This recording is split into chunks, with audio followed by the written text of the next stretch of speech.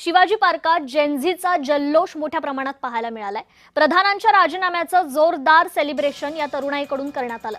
ठाकरे बंधूंनी सरकारवर मात्र यावेळी घणाघाती टीका केली आहे। अंधभक्तांविरोधात देशभक्त जिंकले असं उद्धव ठाकरेंनी म्हटलंय। तर ही लढाई भाजप विरुद्ध भारत आहे असंही उद्धव ठाकरेंनी सांगितलेलं आहे। एका झुरळानं हुकुमशहाला नमवलं असंही ठाकरे म्हणाले। तर धर्मेंद्र प्रधानांच्या राजीनाम्यानिमित्त शिवाजी पार्कमध्ये ठाकरे बंधूंकडून विजय सभेचं आयोजन करण्यात आलं होतं। यावेळी मोठ्या संख्येनं तरुणाई जमली होती।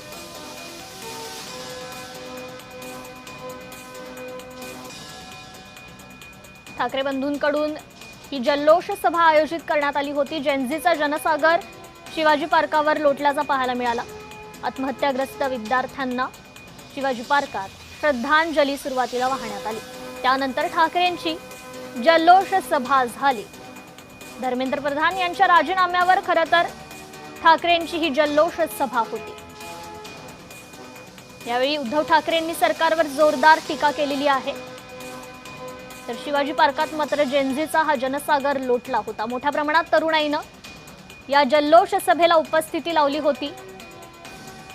केंद्रीय शिक्षण मंत्री धर्मेंद्र प्रधान यांचा राजीनामा असेल किंवा मग विद्यार्थ्यांच्या अनेक मागण्या असतील त्या मान्य करण्यात आल्या।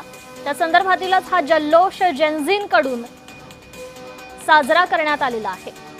मुंबईत मोठ्या प्रमाणात तरुणाई एकवटल्याचं हे दृश्य आपल्याला पाहायला मिळालं।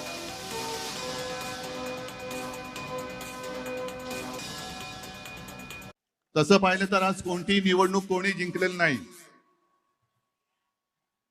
पण अंधभक्तांच्या विरुद्ध देशभक्त जिंकलेले आहेत। आणि ही संघर्षाची सुरुवात झालेली आहे। हा संघर्ष भाजप विरुद्ध भारत असा हा संघर्ष आहे। आणि या संघर्षामध्ये आपण सर्वजण जात पात धर्म पक्ष विसरून, होय मी भारतीय आहे, मी देशभक्त आहे, या एकाच भावनेने सहभागी झालात। आणि मी कालच म्हटलेलं आहे की एका झुरळाने हुकुमशहाला नमवलेलं आहे। हा खरा विष्णूचा अवतार आहे। हा खरा विष्णूचा अवतार आहे। आणि मला मोदीजींना सांगायचंय की मोदीजी, की आता तरी देशाकडे लक्ष द्या। तुमचे मंत्री त्यांचं काम सोडून पक्ष फोडण्यामध्ये बिझी आहेत। त्यांना म्हणा आता देशाचं काम करा।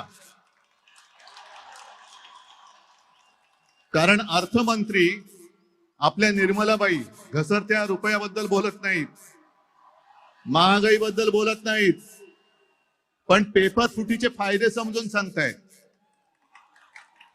राजनाथ संरक्षण मंत्री देशाच्या संरक्षणाची बोंब, पण धर्मेंद्र प्रधानच्या संरक्षणासाठी पुढे आलेले। आपले खड्डा मंत्री नाही, रस्ता मंत्री, ते इथेनॉल वरती बोलतायत। हा पुढचा विषय नक्की आहे, इथेनॉल वरती बोलतायत ते।